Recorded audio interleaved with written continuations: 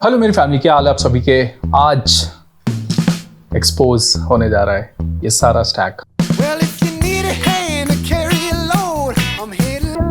आज मैं आपसे 5 से 6 ऐसे सप्लीमेंट्स बताने वाला हूँ जिसके बारे में मैंने हार्डली कभी डिस्कस किया है, जो मैं काफ़ी 2 साल से यूज़ करना शुरू किया। पहले मैं एक नॉर्मल जिम प्रो की तरह प्रोटीन, क्रिएटिन, फिश ऑयल, मतलब बेसिक बस इतना ही यूज़ करता था।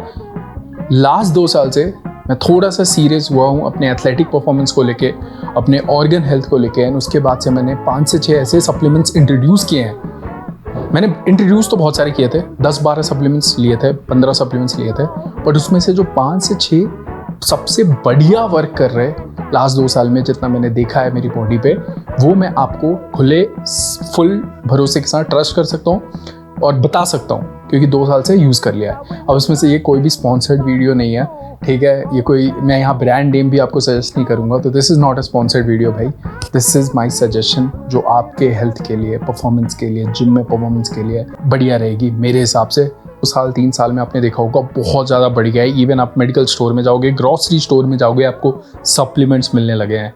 बहुत ही क्रेजी बूम आया है लास्ट 2 साल में।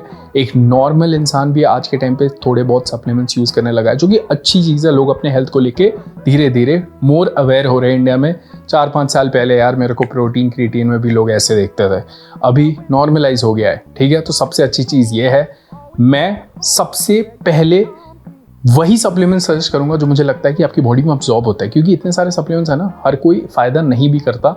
आपके बॉडी में स्मॉल इंटेस्टाइन के थ्रू वो अब्जॉर्ब भी होना चाहिए। सप्लीमेंट लेने का फ़ायदा क्या है जब उसका कोई काम ही नहीं हो रहा है, पैसा वेस्ट हो रहा है। तो मेरे को ऐसा जितना मैंने देखा है स्टडीज़ वाइज 5 से 6 जो मैं बिल्कुल बोलता हूँ आपको लेना चाहिए।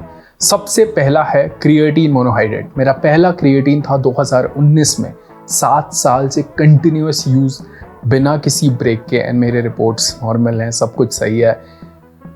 मैं 28 होने वाला हूँ, अपनी एज का ही दिखता हूँ ना, बाल सही है, दिख रहा है ना, पिंपल्स, एक्ने कुछ भी कहीं नहीं है बॉडी में। 7 साल हो गए क्रिएटिन लेते हुए।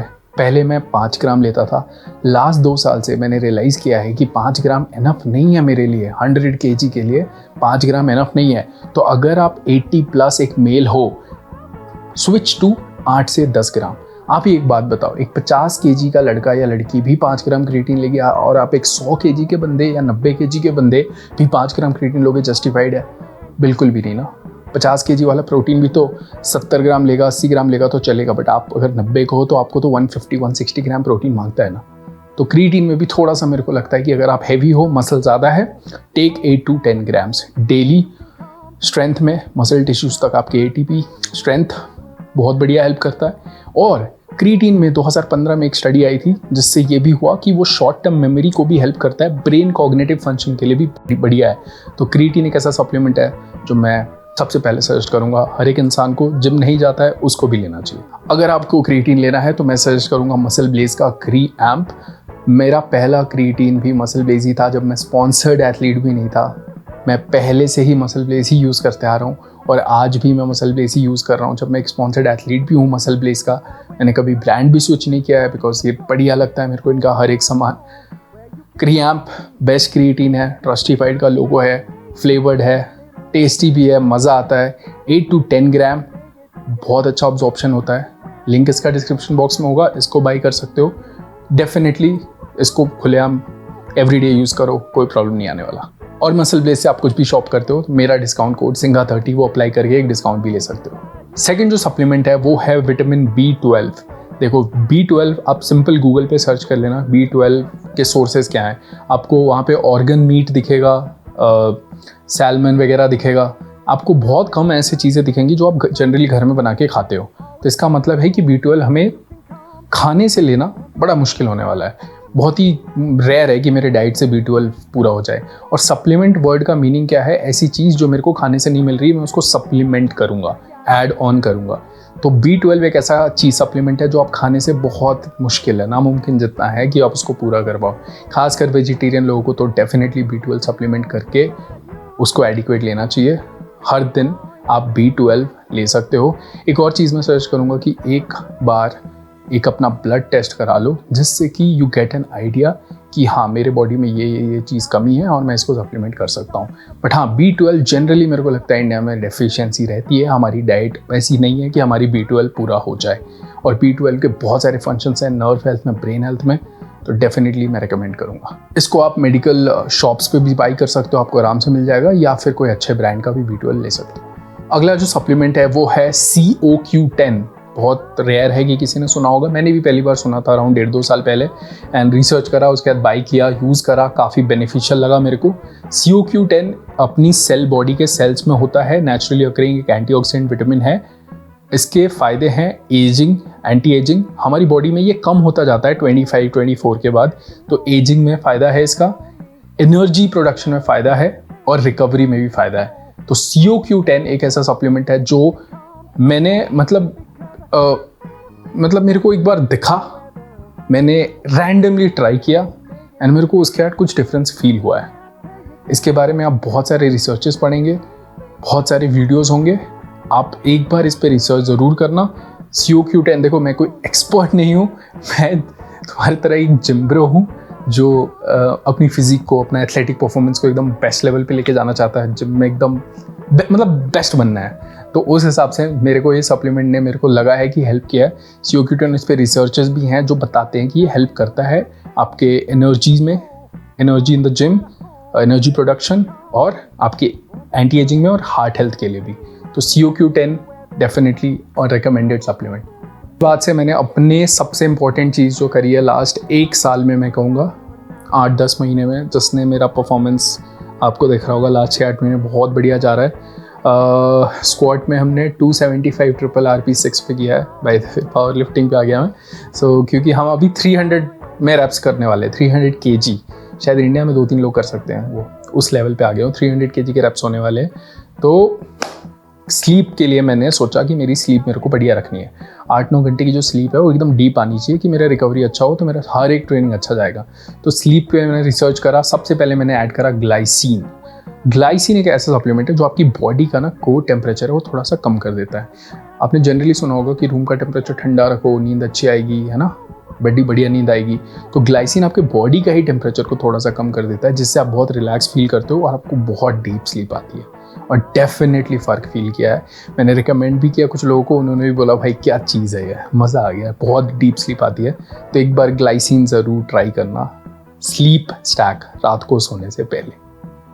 अगला मेरा स्लीप स्टैक में मैग्नीशियम ग्लाइसिनेट अभी काफ़ी पॉपुलर हो रहा है, बट मैं 2 साल से ही ले रहा हूँ, और मसल ब्लेज भी जल्दी मैग्नीशियम ग्लाइसिनेट लॉन्च करने वाला है। बाय द वे बहुत टाइम से रिसर्च चल रहा है इस पर, ऑलमोस्ट बस लॉन्च ही होने वाला है। बेस्ट मैग्नीशियम ग्लाइसिनेट लॉन्च होने वाला है, काफ़ी यूज़ भी किया मैंने। तो मैग्नीशियम ग्लाइसिनेट आपके ना जो स्ट्रेस हॉर्मोन्स है उसको लो कर देता है, रिलैक्स, काम। क्योंकि कई बार क्या होता है, रात के 10-11 बज रहे, सोने का टाइम है, बट आपका ब्रेन एकदम फायर कर रहा है, ब्रेन एकदम चल रहा है, रन कर रहा है, बट वो सही नहीं है ना। ब्रेन को भी तो थोड़ा रिलैक्स, शट डाउन करेंगे तो नींद बढ़िया आएगी। तो मैग्नीशियम ग्लाइसिनेट लेने के बाद वैसे ही फील होता है, ऐसा काम, चिल, है ना, सब बढ़िया है। तो इसलिए ये स्लीप के लिए तो बहुत तोड़फोड़ सप्लीमेंट है। स्लीप कुछ लो या मत लो, अगर आपको जिम में बढ़िया करना ना, या स्लीप स्टैक लो, स्लीप के लिए 2-3 बढ़िया सप्लीमेंट लो, बहुत क्रेजी डिफरेंस है, क्रेजी, ठीक है। तो मैग्नीशियम ग्लाइसिनेट ने मेरे को बहुत हेल्प किया है स्लीप में, बहुत बढ़िया हेल्प किया है। अगला जो सप्लीमेंट है विटामिन D3, आजकल बड़ा कूल हो गया है, मैं बहुत पहले से ले रहा हूँ। देखो विटामिन D3 में क्या है ना, हम काफ़ी उससे डिफिशिएंट हैं, रूम में रहते हैं, बड़े बड़े बिल्डिंग्स में रहते हैं, वो सनलाइट एक्सपोजर नहीं मिलता हमें, और D3 हमारा लेवल्स कम रहता है। एक बार ब्लड टेस्ट करा लेना। इंडिया में आई थिंक मैं जितना पढ़ रहा था 40-45% लोगों में विटामिन D3 की डेफिशिएंसी है, तो हमें पूरा नहीं मिल पा रहा है विटामिन D3। और विटामिन D3 अब्जॉर्ब बढ़िया होता है K2 के साथ, तो विटामिन D3 प्लस K2 वाला सप्लीमेंट लेना, जिसमें विटामिन D3 और K2 का मिक्स हो, और इसको किसी भी फैटी मील के बाद लेना। कोई भी फैट्स खाते हो, हेल्दी फैट्स खाते हो, उसके बाद इसको लेना। विटामिन D3 बहुत साल हो गए इसको तो लेते हुए, 4-5 साल हो गए, तो डेफिनेटली रिकमेंडेड प्रोडक्ट है। ऑलमोस्ट एथलीट्स में तो चाहिए ही चाहिए, और वैसे भी विटामिन D3 अगर नहीं होगा बॉडी में अच्छा, तो कैल्शियम का अब्जॉर्प्शन कम होगा और हड्डियाँ भी कमज़ोर होंगी। तो विटामिन D3 एक रिकमेंडेड प्रोडक्ट है, मतलब आप मेडिकल शॉप से ले सकते हो, कोई ब्रांड रिकमेंडेशन नहीं है, मेडिकल शॉप पे जाओ, मैं मेडिकल शॉप से लेता हूँ। अगला सप्लीमेंट है फिश ऑयल ओमेगा 3। डेफिनेटली लो। 8 साल पहले भी वीडियो होगी मेरी, जब यूट्यूब स्टार्ट करा था फिश ऑयल ले रहा था, मसल ब्लेज, आज भी मसल ब्लेज फिश ऑयल ले रहा हूँ। EPA DHA का रेशियो बहुत बढ़िया है। Fish oil heart health, brain, हर चीज़ में रिसर्चर्स ने भी बहुत प्रूव किया है। ये मैं क्रिएटिन के बाद रखता हूँ फिश ऑयल को। बढ़िया सप्लीमेंट है बहुत। डेफिनेटली हर किसी को, ज़रूरी नहीं आप जिम नहीं जाते हो, स्पोर्ट्स खेलते हो, कुछ भी करते हो, फिश ऑयल एक ऐसा सप्लीमेंट है जो हेल्प करेगा ही करेगा। तो ये सारा सप्लीमेंट स्टैक है जो मैं लेता हूँ। 6-7 सप्लीमेंट हो गए। इसके बाद अगर थोड़ा एक्स्ट्रा मैं बोलूँ जिम के परफॉर्मेंस के लिए, आई वुड से इलेक्ट्रोलाइट्स, अच्छे इलेक्ट्रोलाइट्स। कभी कभी जैसे इतना इंडिया में बहुत गर्मी है यार, 40 डिग्री प्लस तो ऑलमोस्ट 90% एरिया में है ही है। तो यहाँ पे इतना स्वेटिंग हो रहा है, इतना आपका पानी निकल रहा है, सॉल्ट निकल रहा है, तो एक अच्छा इलेक्ट्रोलाइट सप्लीमेंट कभी कभी ले सकते हो, हर दिन नहीं। जिस दिन अच्छा वर्कआउट है लंबा, हफ्ते में 2-3 दिन इलेक्ट्रोलाइट्स कंज्यूम करके वर्कआउट करो, बढ़िया रहता है। ठीक है, एक कैफीन सप्लीमेंट, प्री वर्कआउट ले सकते हो, बट कैफीन अलग से, अगर कैफीन सप्लीमेंट है, किसी दिन बहुत तोड़फोड़ वर्कआउट है, पुश करना है, बढ़िया जाना है, हफ्ते में 1-2 दिन कैफीन सप्लीमेंटेशन कर सकते हो। बाकी कहाँ पैसा नहीं डालना, फैट बर्नर्स में मत डालो, 2-3-4 हज़ार के आते हैं, महंगे आते हैं बड़े, कुछ खास मेरे को नहीं लगता उनका फ़ायदा है। मैंने नहीं लिया है कभी भी, कट किया तब भी कभी नहीं लिया। और गेनर्स वगैरह उतने यूज़फुल नहीं है, आप अपनी डाइट से अच्छा खासा खाना खा सकते हो, तो उसमें भी पैसा वेस्ट करने की ज़रूरत नहीं है। बाकी ये जो सप्लीमेंट्स हैं, मतलब देखो कोई ऐसा ब्रांड प्रमोशन के लिए तो बनाया नहीं है, मेरे को लगता है कि काफ़ी हेल्प किया है मेरे को मेरी एथलेटिक एबिलिटीज़ में। सो डेफिनेटली रिकमेंड कर सकता हूँ। जिसका भी कुछ डाउट होगा मैसेज कर लेना इंस्टाग्राम पे singa_10। Thank you for supporting. Link description box में होगा, जो भी मसल ब्लेज के वेबसाइट पे अवेलेबल होगा, वहाँ से बाई कर सकते हो। singa30 कूपन कोड है मेरा मसल ब्लेज पे। Thank you supporting. लाइक कर दो, कमेंट कर दो, सब्सक्राइब कर दो। Bye.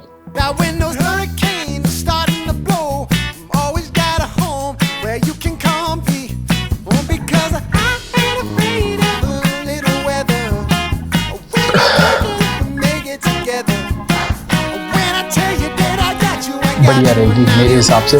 Let's go, let's start the video.